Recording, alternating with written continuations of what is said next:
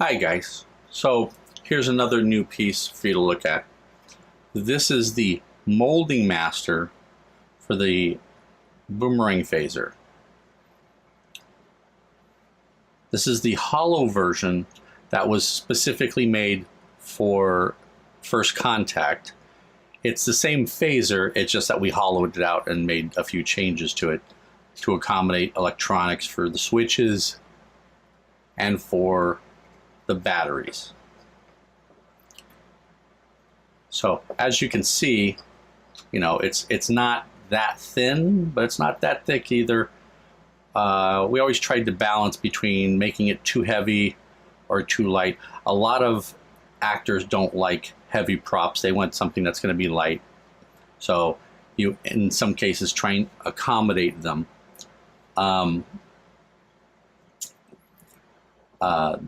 This design is basically taking the Cobra head phaser and basically doing a cut down conversion, if you want to say it in that particular manner. Bear Burge and I were given the job of basically rebuilding a phaser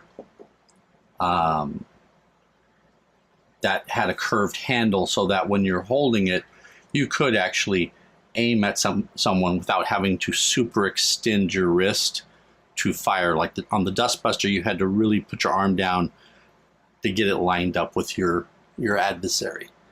So we did 3 different versions to get approved by the producers, which we did, and I will actually do a video on and show all 3 versions of that, so that you can actually see the curved variations of the types of phasers. Once we had approval on the specific curve, we kind of went through and cleaned up the entire thing a little bit more. So not only was it going to be functional, but we were going to be happy with it. So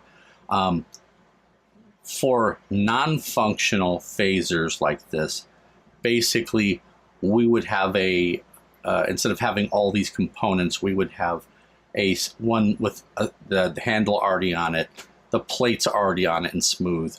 But the nozzle was always cast as a separate piece, because that's actually where we would be casting the phasers. In fact, this is a rubber casting that was done out of that mold.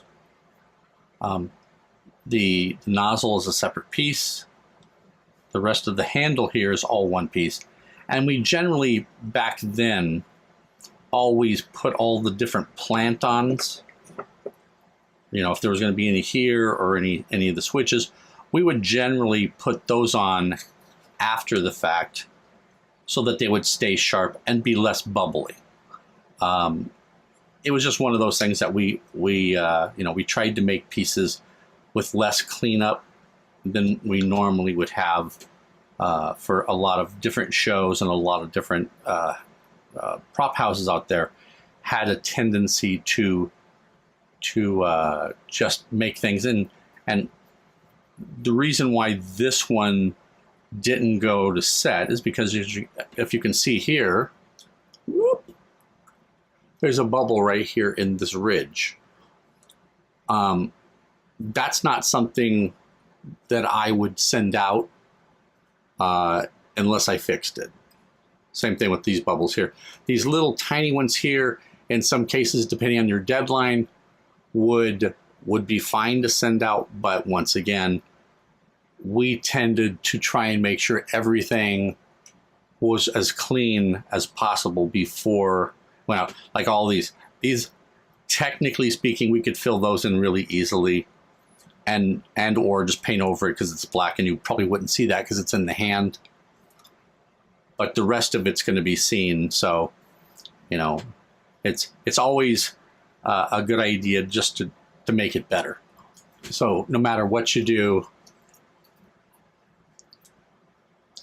you try your best. So the original, believe it or not, the original of the Boomarang phaser was the very first one that we cut up and started playing with, was a Cobra head phaser. And like I said, I'll do a video with those 3 particular versions of it later on. But as you can see, this is what it ended up being, especially for first contact and any of the phasers that you saw functioning on DS9 and Voyager.